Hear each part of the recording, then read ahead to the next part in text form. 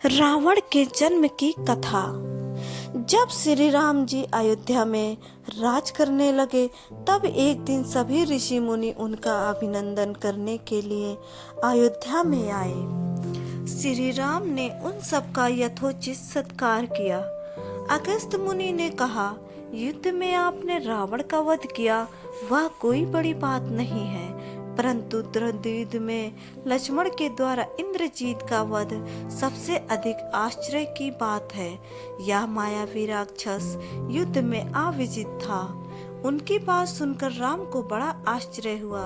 वे बोले, मुनिवर, रावण और कुंभकर्ण भी तो महान पराक्रमी थे, फिर आप केवल इंद्रजीत मेघनाद की ही इतनी प्रशंसा क्यों करते हैं? इस पर अगस्त्य मुनि बोले, इस प्रश्न का उत्तर देने से पहले मैं तुम्हें रावण के जन्म, वर प्राप्ति आदि का विवरण सुनाता हूँ। ब्रह्मा जी के पुलस्त्य नामक पुत्र थे, जो उन्हीं के समान तेजस्वी और गुणवान थे। एक बार वे मदगिरी पर्वत पर तपस्या करने गए। वह स्थान अत्यंत रमणीक था, इसलिए ऋषियों, नागों, राक्षसियों आदि की कन्याएं वहां किरणा करने आ जाती थी। इससे उनकी तपस्या में बाधा आती थी। उन्होंने वहां आने से मना किया। जब वे नहीं मानी तो उन्होंने शाप दे दिया कि कल से जो भी लड़की यहाँ मुझे दिखाई देगी वह गर्भवती हो जाएगी।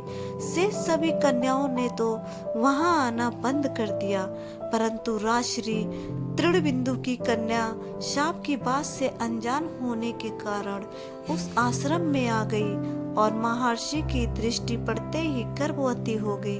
जब तृणबिंदु को यह बात मालूम हुई तो उन्होंने अपने कन्या को पत्नी के रूप में महर्षि को अर्पित कर दिया। इस प्रकार विश्वा का जन्म हुआ, जो अपने पिता के समान वेदों के ज्ञाता और धर्मात्मा हुआ। महर्षि भरद्वाज ने अपनी कन्या का विवाह विश्रवा से कर दिया। उनके वैष्णव नामक पुत्र हुआ। वह भी धर्मात्मा और विद्वान था। उसने भारी तपस्या करके ब्रह्मा जी को प्रसन्न किया और यम, इंद्र तथा वरुण के सदृश लोकपाल का पद पाया। फिर उसने त्रिकुट पर्वत पर बसी लंका को अपना निवास स्थान बनाया और राक्षसों पर राज करने लगा।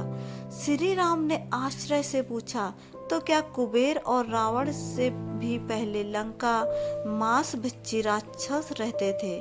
फिर उनका पूर्वज कौन था? यह सुनने के लिए मुझे कौतूहल हो रहा है। तब अगस्त्य जी बोले, पूर्व काल में ब्रह्मा जी ने अनेक जल जंतु बनाए और उनसे समुद्र के जल की रक्षा करने के लिए कहा। तब उन जंतुओं में से कुछ बोले कि हम इसकी रक्षा करेंगे और कुछ ने कहा कि हम इसकी पूजा करेंगे। इस पर ब्रह्मा जी ने कहा कि जो रक्षा करेगा वह राक्षस कहलाएगा और जो पूजा करेगा वह यक्ष कहलाएगा। इस प्रकार वे दो जातियों में बट गए। राक्षसों में हेती और प्राहेती दो भाई थे। प्राहेती तपस्या करने चला गया, परंतु हेती ने भया से विवाह किया, जिससे उसके विद्युत केश नामक पुत्र उत्पन्न हुआ। विद्युत केश के सुकेश नामक पराक्रमी पुत्र हुआ। सुकेश के माल्यवान, सुमाली और माली नामक 3 पुत्र हुए। तीनों ने ब्रह्मा जी की तपस्या करके यह वरदान प्राप्त कर लिए कि हम लोगों का प्रेम अटूट हो और उसमें हमें कोई पराजित न कर सके। वर पाकर वे निर्भय हो गए और सुरों असुरों को सताने लगे। उन्होंने विश्वकर्मा से एक अत्यंत सुंदर नगर बनाने के लिए कहा। इस पर विश्वकर्मा ने उन्हें लंकापुरी का पता बताकर भेज दिया। वहां वे बड़े आनंद के साथ रहने लगे। माल्यवान के व्रजमुष्टि, विरूपाक्ष, दुर्मुख, सुप्तघन, यज्ञकोपमत और कुंतमत नामक 7 पुत्र हुए। सुमाली के प्रहस्त्र, आकंपन, विकट, कालिका मुख, ध्रुमाक्ष, दंड, श्रोपाक्ष, संहारदी, प्रधस एवं भारकर्ण नाम के 10 पुत्र हुए। माली के अनल, अनिल, हर और संपाति नामक 4 पुत्र हुए। ये सब बलवान और दुष्ट प्रकृति होने के कारण ऋषियों मुनियों को कष्ट दिया करते थे। उनके कष्टों से दुखी होकर ऋषि मुनिगण जब भगवान विष्णु की शरण में गए तो उन्होंने आश्वासन दिया कि हे ऋषियों, मैं इन दुष्टों का अवश्य ही नाश करूंगा।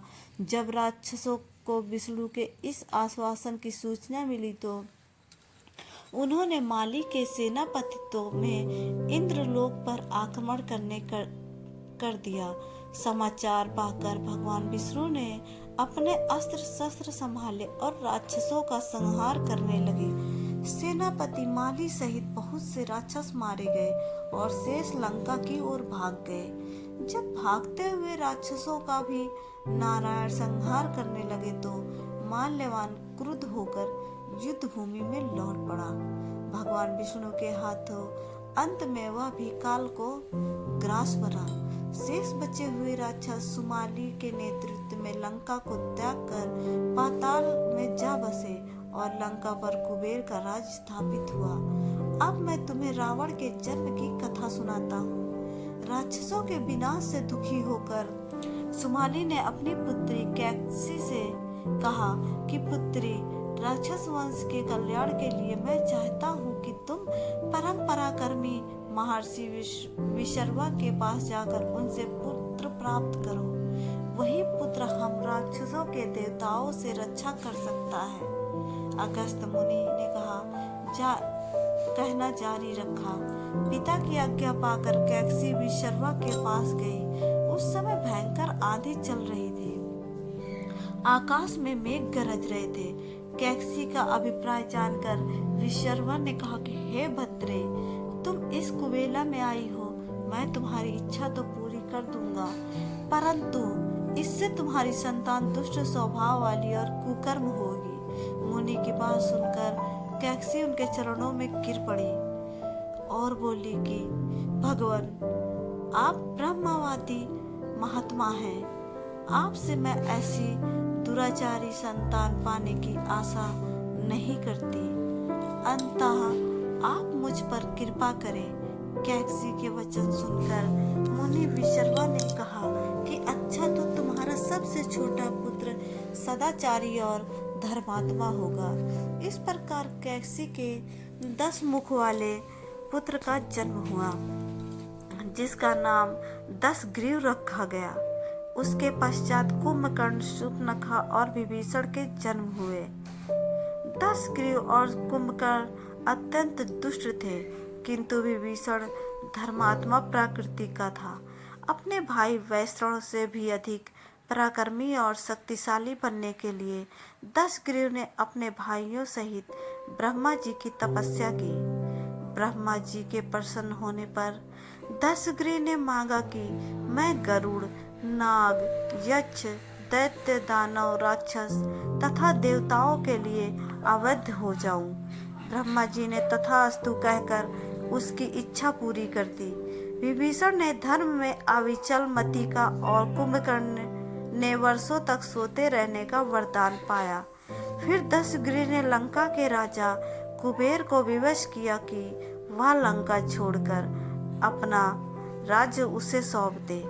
अपने पिता विशर्वा के समझाने पर कुबेर ने लंका का परित्याग कर दिया और रावण अपनी सेना, भाइयों तथा सेवकों के साथ लंका में रहने लगा।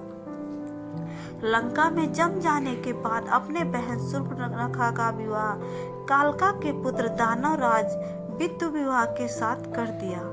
उसने वहां दिति के पुत्र मय की कन्या मंदोदरी से विवाह किया, जो हेमा नामक अप्सरा के गर्भ से उत्पन्न हुई थी। विरोचन कुमार बलि की पुत्र वज्रज्वाला से कुंभकर्ण का और गंधर्व राज महात्मा सैलूस की कन्या शर्मा से विभीषण का विवाह हुआ। कुछ समय पश्चात मंदोदरी ने मेघनाद को जन्म दिया और इंद्र को परास्त कर संसार में इंद्रजीत के नाम से प्रसिद्ध हुआ।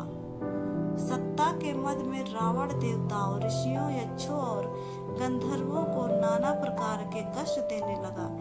एक बार उसने कुबेर पर चढ़ाई करके उसे युद्ध में पराजित कर दिया और अपनी विजय की स्मृति के रूप में कनेर के पुष्पक विमान पर अधिकार कर लिया। उस विमान का वेग मन के समान तीव्र था। वह अपने ऊपर बैठे हुए लोगों की इच्छा अनुसार छोटा या बड़ा रूप धारण कर सकता था। विमान में मणि और सोने की सीढ़ियां बनी हुई थी और तपाए हुए सोने के आसन बने हुए थे। उस विमान पर बैठकर जब वह श्रवण नामक से प्रसिद्ध सरकंडों के विशाल वन से होकर जा रहा था, तो भगवान शंकर के पार्षद नंदीश्वर ने उसे रोकते हुए कहा कि दशग्रीव, इस वन में स्थित पर्वत पर भगवान शंकर क्रीड़ा करते हैं, इसलिए यहाँ सभी सुर असुर यक्ष आदि का आना निषिद्ध कर दिया गया है। नंदीश्वर के वचनों से क्रुद्ध होकर रावण से विमान से उतरकर भगवान शंकर की ओर चला। उसे रोकने के लिए उसे थोड़ी दूर पर हाथ में त्रिशूल लिए नंदी दूसरे शिव की भांति खड़े हो गए। उनका मुख वानर जैसा था। उसे देखकर रावण ठहाका मारकर हंस पड़ा। इस कुपित हो नंदी बोले कि दशानन, तुमने मेरे वानर रूप की अवहेलना की है, इसलिए तुम्हारे कुल का नाश करने के लिए मेरे ही समान पराक्रमी रूप और तेज से संपन्न वानर उत्पन्न होंगे। रावण ने इस ओर तनिक भी ध्यान नहीं दिया और बोला कि जिस पर्वत ने मेरे विमान की यात्रा में बाधा डाली है, आज मैं उसी को उखाड़ फेंकूंगा।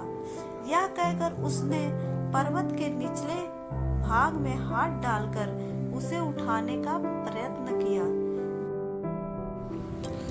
जब पर्वत हिलने लगा तो भगवान शंकर ने उस पर्वत को अपने पैर से अंगूठे से दबा दिया। इससे रावण का हाथ पूरी तरह से दब गया और वह पीड़ा से चिल्लाने लगा। जब वह किसी प्रकार से हाथ न निकाल सका तो रोते रोते भगवान शंकर की स्तुति और क्षमा प्रार्थना करने लगा। इस पर भगवान शंकर ने उसे क्षमा कर दिया और उसके प्रार्थना करने पर उसे एक चंद्रहास नामक अस्त्र भी दिया। यह थी रावण के जन्म की कथा।